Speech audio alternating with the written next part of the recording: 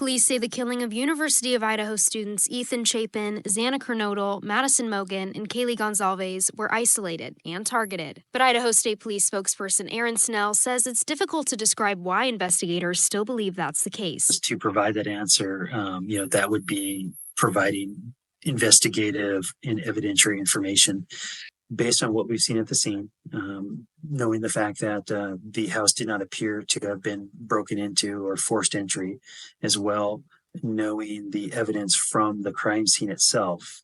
The detectives and the chief of police feel very comfortable or confident in saying that this was undoubtedly directed and targeted. Did the girls have any? Deepens. Authorities revealing 2 surviving roommates arrived home that night before the victims and were likely sleeping at the time of the attack. What I can say is that the roommates who survived, they were in the basement throughout the night. They awakened several hours later.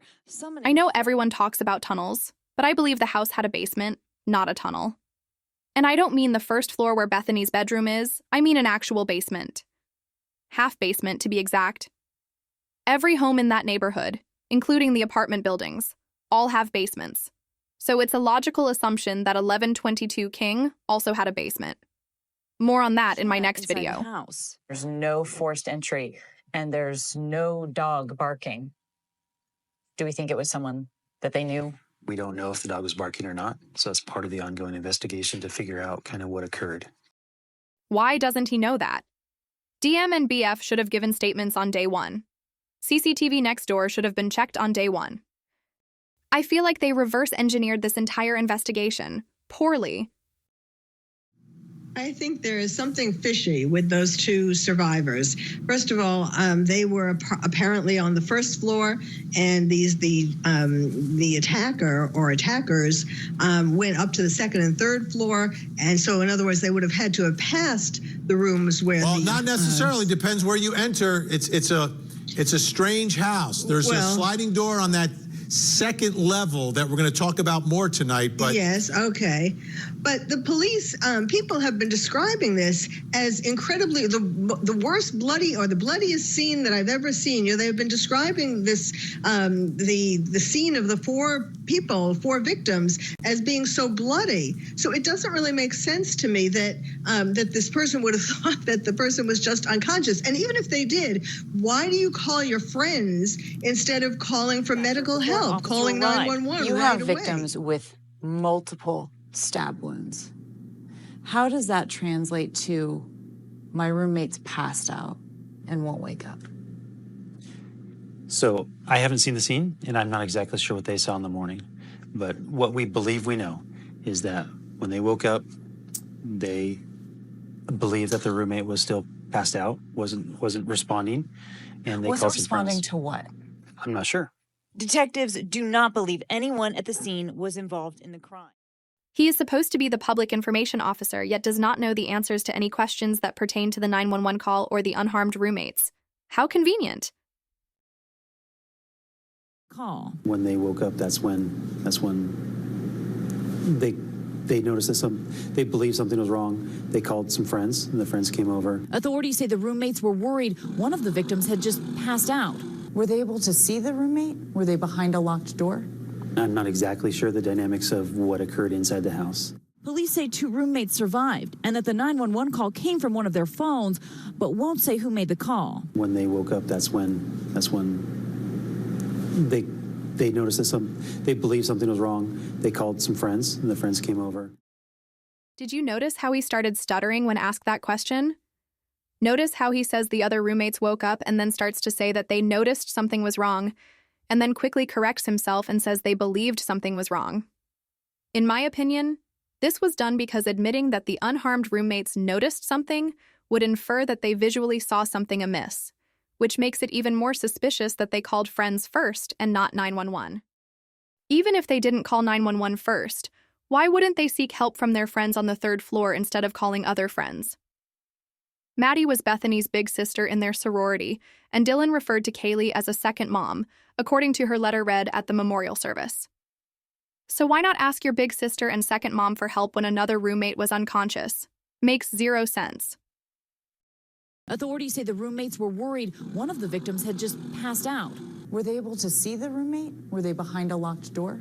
I'm not exactly sure the dynamics of what occurred inside the house. The two surviving roommates were already in the house when police say the victims arrived home around 1:45 a.m. And tonight, 20-year-old Ethan Chapin will be the first victim laid to rest.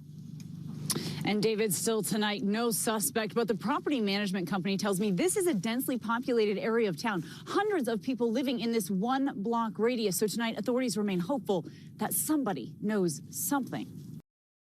Think about it. The way these crimes were committed were very high risk to the perpetrator. Walking into a home with a driveway full of cars, in a neighborhood surrounded by apartment buildings, on a dead-end street, on a Saturday night in a party house with a driveway full of cars and a Ring camera on the house next door. To add more risk, the perp takes his own vehicle and his cell phone, then walks into the home with the knife still in the sheath. I'd assume the knife would be unsheathed and ready to use, just in case someone was awake. It makes more sense that it was done by someone who had inside knowledge. There would be a lot less risk if the perp knew the house layout, whether or not the victims were asleep, etc. Joseph Scott Morgan, let me start with you. There's a lot of questions I have for everyone tonight, but I want to start here. How do 4 people get murdered with some sort of knife or edged instrument? To me, 4 people, does that mean we're looking for more than one suspect?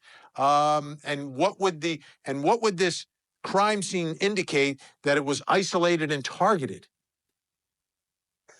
Yeah, first blush, I thought, when I first heard this crime come up, I was thinking, how in the world do you corral 4 people with merely a knife, unless you have perhaps someone else that may have been assisting in controlling the individuals, or was somebody kind of hidden away in the residence and waited for them to return so that they could take them out systematically.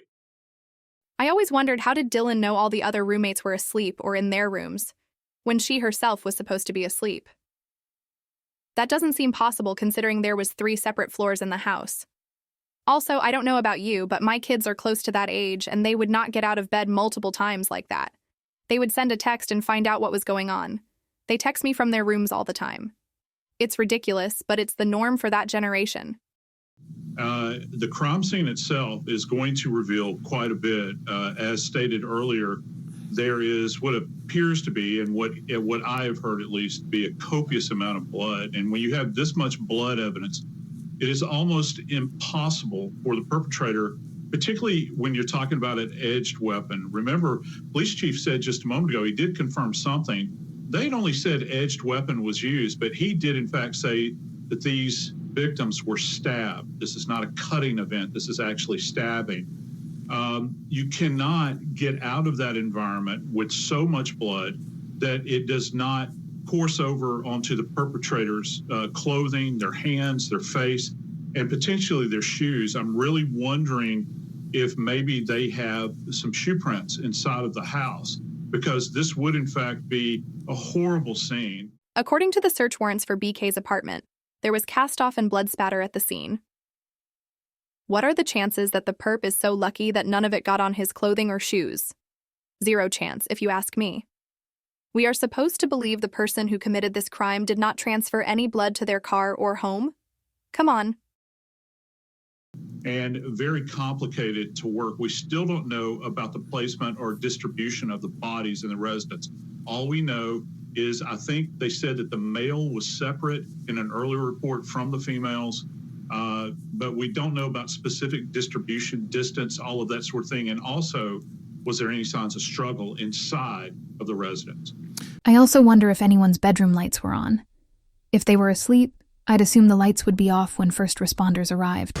Joseph Scott Morgan, let's talk about the roommates.